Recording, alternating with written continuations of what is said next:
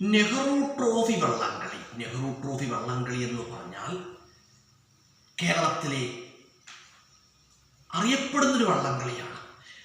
King among the water festival എന്നറിയപ്പെടുന്നത് Nehru trophy വള്ളംകളിയാണ്.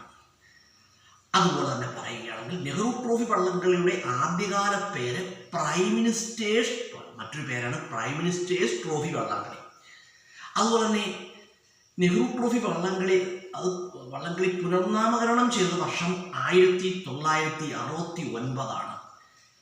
ആദ്യത്തെ Nehru trophy വള്ളംകളി ആദ്യമായിട്ട് നടക്കുന്നത് 1952. അതുപോലെ നെഹ്റു ട്രോഫി വള്ളംകളി നടക്കുന്നത് എവിടെയാണെന്ന് ചോദിച്ചാൽ ആലപ്പുഴ ജില്ലയിലെ പുന്നമട കായലിലാണ്. പുന്നമട കായൽ എന്ന് പറഞ്ഞാൽ വേമ്പനാട്ട് കായലിൻ്റെ മറ്റൊരു ശാഖയാണ്.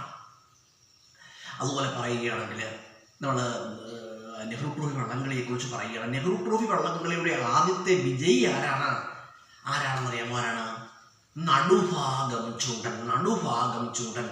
അതുപോലെ നെഹ്റു ട്രോഫി വള്ളംകളിയിൽ ഏറ്റവും കൂടുതൽ വിജയിച്ചത് ആരാണ്? കാരിച്ചാൽ ചുണ്ടനാണ്. അതുപോലെ 2026 നെഹ്റു ട്രോഫി വള്ളംകളി ജേതാവ് ആരാണ്?